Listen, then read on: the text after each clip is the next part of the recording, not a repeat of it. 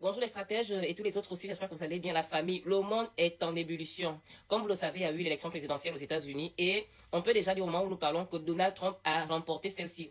Donald Trump vient de remporter l'élection présidentielle aux États-Unis malgré en tout cas malgré les pronostics en fait des médias mainstream, la famille. Ceux-là qui tentait tout simplement de le diaboliser. Et moi, personnellement, je suis content de voir en fait que les gens commencent à se réveiller un tout petit peu, que les gens en fait ne gobent plus du tout ce que leur disent les médias parce que eux-mêmes, ils se permettent déjà aujourd'hui de réfléchir en fait d'eux-mêmes.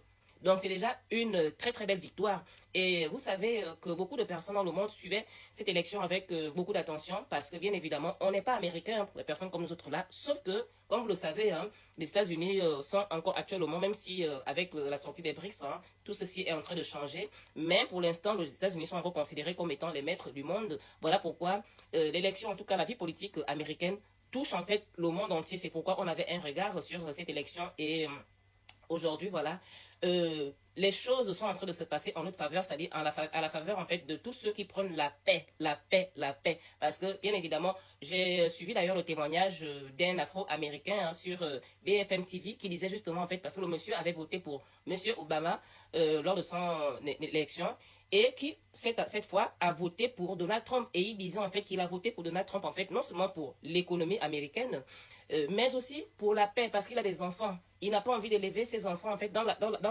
l'inquiétude, dans le stress. C'est pourquoi il a choisi Donald Trump, même s'il n'est pas tout à fait d'accord avec Donald Trump, mais en ce qui concerne la paix, la paix, la paix et l'économie, vous savez, quand on parle aussi de l'économie, en tout cas, ça touche ça touche notre assiette aussi, la famille. Vous voyez? Donc, c'est un peu ça. En tout cas, on espère que, voilà, on sait que Donald Trump, lors de son premier mandat, il avait déjà eu à le démontrer, la famille. Normalement, il n'a plus rien à prouver en ce qui concerne la paix, parce que pendant son premier mandat, à la tête de l'Amérique, la famille, il n'y avait pas eu en fait de tout. Le monde était calme. Le monde était calme. C'est pourquoi en fait, voilà, on est vraiment rassuré avec cette victoire de Donald Trump, la famille.